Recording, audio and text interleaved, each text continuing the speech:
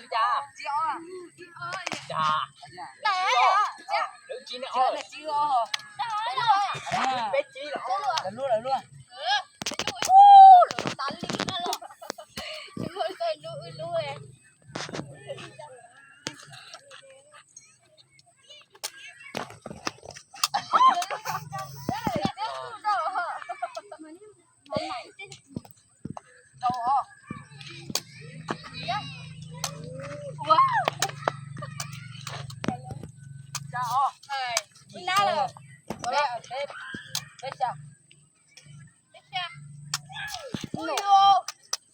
Ôi gì bé lên họ tiền rồi.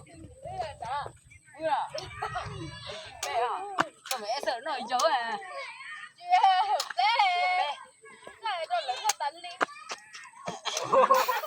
Nó tàn lì á. Nó tàn đỏ á. Đúng rồi. Tốt chuối á.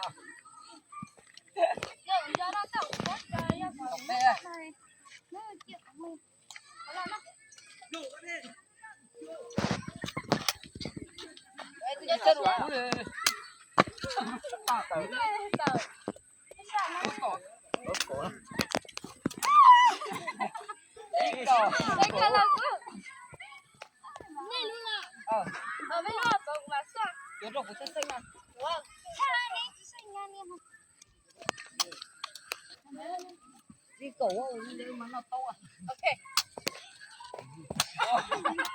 Dạ. Cho cổ luôn rồi. Tốt chuối nữa. Trời lá cha cổ thế đấy. Cha cổ.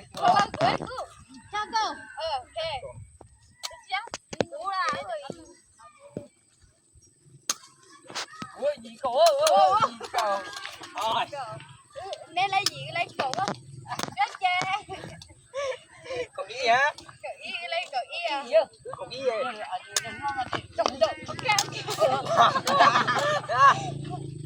Con đùa là. Gọi là gì cho em thấy không? Đâu nhỉ? Dạ. chỗ rồi có nó tròn thì à thế lá tiền đó chỉ căng vậy thêm mang thì à nè tất cả trắng đòn gần chờ thế căng thế chỉ mang thì à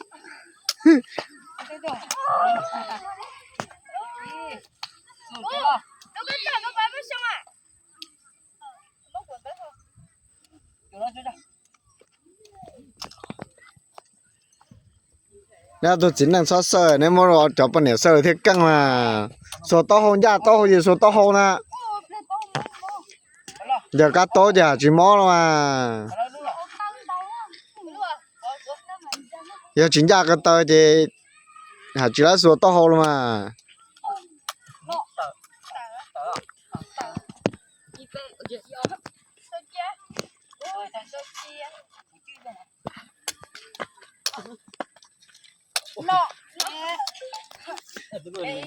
nên là giờ phỉ lại là tao đi theo nè tôi chính năng nè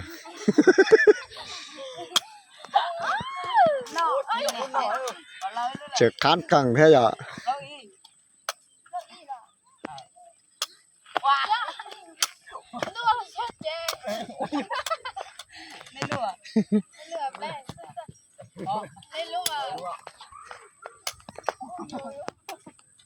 Đi chạy hả?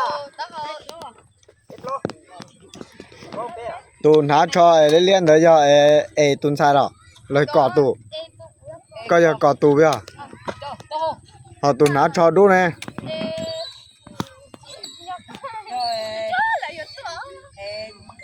dạ tụ đó dạ cho bây giờ chỉ dạ cho mà dạ ban xài non giờ các tốt căng cứ